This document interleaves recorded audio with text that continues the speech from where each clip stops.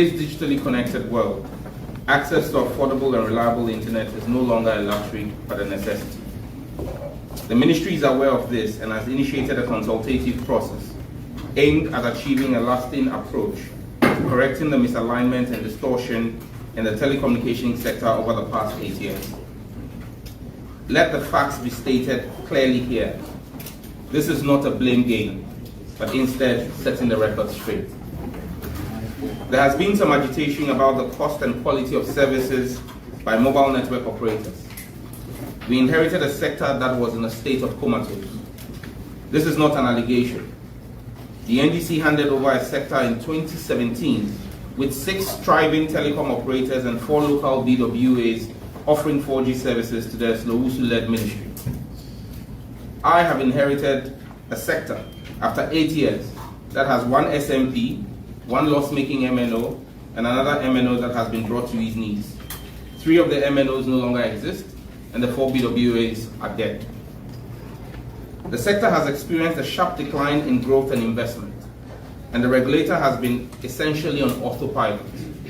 It is therefore shocking to see proponents of the outgone government being the loudest trumpeters of the challenges that they have created. I am told it is a carefully curated art of dark politics called Jandam. It is an attempt to create a false narrative, not based on facts, but built on distortions and aimed at disseminating disinformation. But let me state, that scheme has failed. I have been at post for 4 months and have set to work vigorously in collaboration with the regulator, the CEOs and other stakeholders to fashion a clear roadmap for the systemic resolution of the challenges we inherited. I'm not interested in cosmetic fixes that merely paper over the deep cracks and create an illusion of resolution only to push the can further down the road. I have learned from the former Communications Minister and now President, His Excellency John Dramani Mahama, to embrace the challenges I am faced with, diagnose it rightly, and work towards a lasting solution. In my first month as Minister, I established a 23-member Data Pricing Review Committee with a clear 14-day mandate to develop a roadmap for implementation. The committee, in its report, distinguished the 3 areas that we believe need to be addressed for a holistic resolution of the matter: value, pricing, and quality. I referred the report to the regulator and tasked them with crafting regulatory policies that address the challenges in the sector. In my second month, the regulator, after engaging with the mobile network operators, came up with proposals that curated specialized bundle solutions for tertiary students and content creators. We immediately set out to build a dynamic database for the 2 demographics. I held a meeting with all vice chancellors in the country to design a framework that allowed the networks to identify which numbers were used by tertiary students. However, I took a policy decision to truncate the process and re-engage the stakeholders to achieve a broader solution that affected all Ghanaian data users. In my 3rd month, these engagements led to a focus on the structural challenges that the networks were facing in delivering their services. As indicated earlier, we had our eyes not just on the value and pricing of data bundles, but on the quality of service delivery. I am sure that even with increased value or reduced prices, if quality is not improved, we will still have a sour customer experience. This led to the regulator commissioning and completing an assessment of a sample size of network performance in 3G and 4G service offerings across the country, the results of which I discussed with the CEOs and the media 2 weeks ago. In my 4th month, armed with a clear picture of where we are as a sector, I tasked the CEOs to work with me to improve the quality of service and to offer enhanced data bundles. Now let me be clear. My mandate as minister in a free market economy does not extend to interfering in the pricing by private sector investors. Just like the Minister for Trade does not have the power to direct GUTA members to drop their prices unilaterally, the Communications Minister cannot unilaterally direct price reductions. The immediate retort will be, and I am expecting it, but you accused your predecessor of being responsible for price increases. Yes, I did. The SMP toolkit is replete with several policy directions that are not direct price directives, but cumulatively have an effect on pricing. So a decision, for example, that was taken by my predecessor to have CST collected forward would, for example, result in a pricing increase. So it was not a price directive, it was a policy directive that affects pricing. Another example will be the decision to declare MTN as an SMP and implement tariff rationalization, which resulted in an effective price increase by the operator, which the customers bore. However, these actions were not adequately and properly implemented, and they led to a situation where the SMP has grown by over 10% in market share, accompanied by quality of service issues due to the network configuration and congestion. To address the quality of service issues, I presented a memorandum to the Cabinet of Ghana aimed at making spectrum available to Mrs. Scancom Ghana Limited and Ghana Telecommunication Company Limited. The process of the spectrum sale is scheduled to be completed by the end of the first week in July. In the case of Ghana Telecommunications Company Limited, known as Telecel, I have given additional policy approval for the regulator to grant a connecting entity license, enabling the operator to optimize service using the 2100 MHz spectrum at the disposal of NGIC. This should result in a significant improvement in the quality of service and customer experience in the coming weeks. I want to reiterate my commitment to an engagement-led style of leadership that involves all my stakeholders, listens to their challenges, and works to address them in a manner that benefits the entire ecosystem. We need intense competition in the sector, but it must be healthy and sustainable. I am committed to value-added data bundle offerings, and most importantly, these policy actions will culminate in price reductions in the medium to long term. However, the recovery from 8 years of mismanagement cannot be completed in 4 months.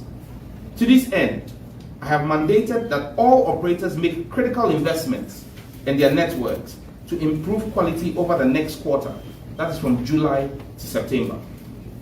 The regulator will commence a rigorous quality of service assessment in the final quarter of the year, October to December. Reverend Franco, rigorous quality of service assessment. Defaulting operators will be sanctioned. I will also, at this point, commend the CEOs of the 3 telcos for their pledged commitment to collectively invest approximately $150 million in their networks between now and the end of the year to enhance quality of service, either by acquisition of spectrum or introduction or acquisition of new transmitters and equipment. At this juncture, I am pleased to announce that my engagement with the CEOs have resulted in the following specific measures, which are to take effect from Tuesday, 1st of July, 2025. AirtelTigo Ghana, AT Ghana. A 10% increase in all data bundles currently offered by the network. Additionally, the 400 Ghana CD bundle, which currently offers 195 gigabytes of data, will now offer 236 gigabytes of data. Ghana Telecommunications Company Limited, Telecel. Also a 10% increase in all data bundles currently offered by the network. Their 400 Ghana CD bundle, which currently offers 90 gigabytes, will offer 250 gigabytes from 1st of July. Scancom Ghana Limited, MTN. A 15% increase in all data bundles currently offered by the network. And I'm pleased to announce the restoration of the 399 Ghana CD bundle, which currently has been changed to the 350 CD bundle that offers 92.88 gig, will henceforth be reinstated to 214 gig for 399 Ghana CD.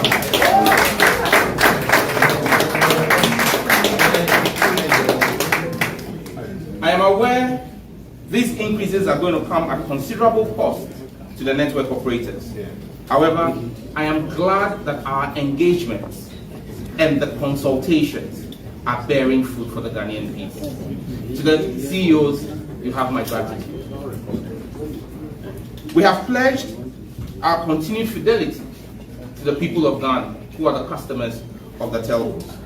The implementation date of 1st of July is to allow the networks to recalibrate and reconfigure their systems to reflect the agreed upon value increases. The regulator, NCA, is directed to ensure they monitor strict implementations of this directive from 1st of July. Where failure applies, sanctions should be applied. The changes on MTN are steeper than the two other operators, but this is as a result of MTN's SMP status. The ministry is committed to continue to working with the regulator and MTN to constantly review their SMP status and make the necessary adjustments once we achieve the market realignments that we seek with these measures. It has also come to my notice that there is a public call regarding the arbitrary charge or change in data prices by the operators. Let me state for the record that the facts do not support that claim. The NCA has a billing verification system to access the billing integrities of mobile data services. The NCA reports that in the last billing integrity test conducted on mobile data bundles for MTN, Telecel, and AT in Q3 of 2024, it found that 1. All data bundles purchased during the test period were correctly credited and remained intact throughout their validity with no unexpected data losses. 2. Non-expiry data bundles did not expire. And 3. All unused data bundles were rolled over after resubscription. These are the facts from the NCA. The NCA is hereby directed to conduct a billing integrity test for data services and to provide quarterly reports to the ministry starting from Q3. The NCA must check data billing for scenarios involving popular apps and websites. And if operators are found to be billing inaccurately, appropriate sanctions should be applied. In conclusion, I am confident we will see further drops in the actual prices of the data offerings when the Finance Ministry takes action on the tax handles in the sector. I'm continuing my engagement with the Honorable Finance Minister to get his approval for the rationalization of some components in the tax buildup in the sector. If we are able to have a proper rationalization of the taxes, we should see a drop in the almost 39% tax buildup in the price of data in the country. If that drops, we would insist that the telcos pass that on to their customers. Another area I am vigorously pursuing is with the Minister of Energy and Green Transitions and the Public Utilities Regulatory Commission. If we are granted a telecom tariff for the sector, it will lead to further price drops for offerings currently available. Because until they give us a telecom tariff, as the mining sector has, the cost of delivering the service will continue to be inhibited. I remain committed to delivering on the mandate of the ministry as entrusted into my care by His Excellency the President. I will continue to engage robustly with stakeholders in the sector to protect their investments in Ghana and make Ghana a friendly destination for investment. But I encourage them to invest more. Ultimately, my heart is with the people of Ghana. I will serve you with heart, with sweat, and with blood. And we will fix the mess that I have inherited in this ministry. So help me God. Thank you for your attention, and God bless our whole land.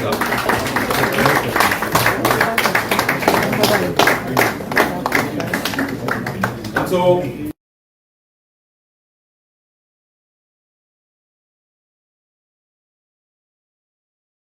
apart from the fact that we've offered both Telecel and, maybe because I use their official names, Ghana Telecommunication and Scancom. Scancom is MTN. Ghana Telecommunication is Telecel. We've offered them spectrum. Now, just so that we appreciate what it is, the ability to give you quality of service, the ability for you to be able to stream your data or your videos without them buffering, depends on the amount of bandwidth and spectrum, and the amount of bandwidth, and that also depends on the amount of spectrum that the telecom companies have. I know that both companies, including even AT, have been asking for spectrum for the last 4 years. They've not gotten it. But that's why I said it comes back to diagnosing what the problems are and fixing them. And that's why we're offering spectrum to MTN, we're offering spectrum to Telecel, and both companies, as a sign of their commitment to improving quality of service, have agreed to buy the spectrum that we're offering to them. Spectrum is also not very cheap, I must be honest about that. It's pretty expensive, but they are paying for the spectrum. Once we complete the deal by the first week of July, that will give them additional spectrum and bandwidth that they can then use to improve the quality of the network. Again, it is not a switch that gets turned on immediately they get the spectrum. They need to do investment in their network, they need to bring in new transmitters, they need to bring in new switches, they need to do configuration, and that's why we've given them a quarter, 3 months. So if you listen again in my speech, I spoke about the fact that we're giving them spectrum by end of July, first week of July, we expect that to be done, but we expect them to complete it by the deployment of that spectrum by end of Q3, which is September, July to September. And I've asked the regulator to immediately begin testing for the improvement in the quality of service in Q4, which is October to December. So yes, we will see, but again, in the specific case of Telecel, I again in my speech stated that I had given them approval, I had given the regulator approval this week for them to grant them a connecting entity license so that they can begin to offer improved services using the 2100 megahertz spectrum band that's held by NGIC. That again is policy direction we're giving to allow them be able to get access immediately to some spectrum that can improve their quality of service. But let me not mince words. 2 weeks ago, I had a meeting in this room with the CEOs and showed the quality of the network and the status of the infrastructure. By end of Q4, the NCA will bring us the quality of service report. We would again show it to the country, and if there are failings anywhere, we would apply sanctions. I hope we don't get there. Next question. Yes. My directive is loud and clear. I have not asked them to reduce prices. I have asked them to increase value offerings. There are two different things. And if you again listen to my speech, I said that the committee that had the 14-day mandate identified 3 key areas: value, price, quality of service. So we've not, and I've stated that prices will drop when we see the movement at the finance ministry on the tax handles, and when we see movement at the energy ministry on the telecom tariff. What we are doing as a regulator and as a policy driver right now is on value. We will deal with value and quality of service. Now, why is MTN doing more? Because if you realize, when they were declared SMP about 4 years ago, if I'm not mistaken, in 2020, so 5 years ago, the ministry directed a 15% increase in their effective rates. So basically, we've reversed that. Because if we had done 10%, they would still effectively have been higher than where they were previously. And I'm minded by the fact that today, as a significant market player, whatever we do on that network affects almost 76% of all mobile network users. And so, as a sign of our commitment to understanding and dealing with the challenges Ghanaians are facing at this point in time, we've taken that decision. It means a lot more loss as well, don't forget, for the SMP, because then they are carrying a lot more burden. Because if you give more value, it's cost to the network. So if they are the SMP and you are imposing a certain, in quote, levy of some sort, they should carry more than the other 2 networks. Because if they carry less or the same, then it means that you are not being fair to the other networks that don't have the same market size. And that's why we've created this intentional arbitrage between the reductions. The other question about why AT did not get. Do not forget that AT is a merger between Tigo and Airtel Ghana. And both of them had spectrum holdings which got consolidated. At this point in time, AT is the only company, MNO, that doesn't offer 4G. The ministry is currently in the process of restructuring AT. There's been a public announcement of conversations going on of a possible relationship with a private investor. And so it is important that you consummate that process before you begin the conversation about any spectrum addition, because then the new partners will want to do an assessment of what the asset holdings are today. Those asset holdings should not be fluid relative to spectrum. It should be definite. We finish the negotiations, and then we can always look at what we will do for 80. But don't forget that at this point in time, 80 belongs to the government of Ghana 100%. And like I keep saying, all options are still on the table for us relative to 80 and what we will do going forward. Thank you. Yes. Hello, Mr. My name is Parker. I work on your party.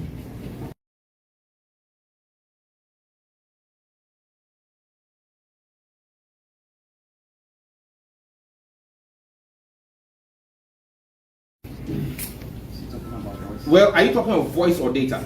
Voice. This directive does not affect voice. Yeah. So my question is, now that you're talking about reduction, are they not going to increase? Okay. So let me be clear. Right. All the telcos, by regulatory practice, have to notify the regulator of any price increases. And at this juncture, let me just say that Telecel did some increases on their fixed broadband, not all their mobile data services, only fixed broadband.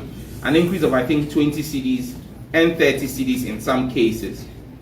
The regulator has been informed, and as the ministry, we have indicated to the regulator to go back to the MNO to have a conversation on the reversal of that increase, because in this day and age, our focus is on reduction. And so the operator and the regulator will have conversations about how to walk back even those 20 and 30 CD increases. And so that should give you assurances that the regulator will not.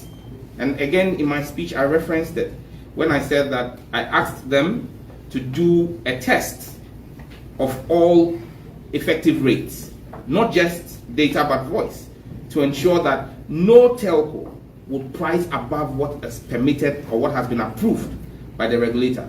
When they do the test and it is found that any of the regulators, any of the operators is charging beyond the approved rate, there'll be sanctions for it. And trust me, we will come down hard on that. But so far, in the 4 months I've engaged with the CEOs, I'm sure and confident that they will not act in a manner that is arbitrary and without recourse to the regulator. Any other questions, please? Well, ladies and gentlemen, if there are no further questions, I want to thank you, our brothers and sisters from the media, the CEOs, directors, chief director, the ministry, CEOs, the regulator. Thank you very much. God bless you.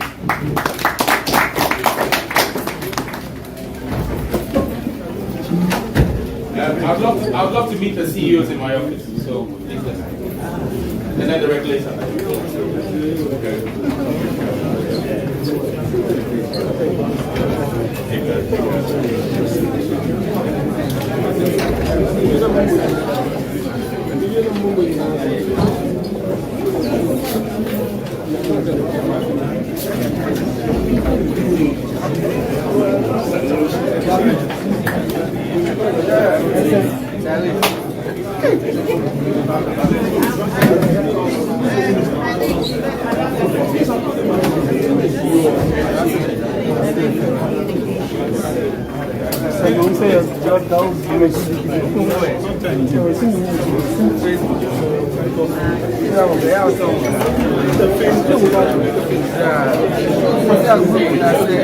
Yeah.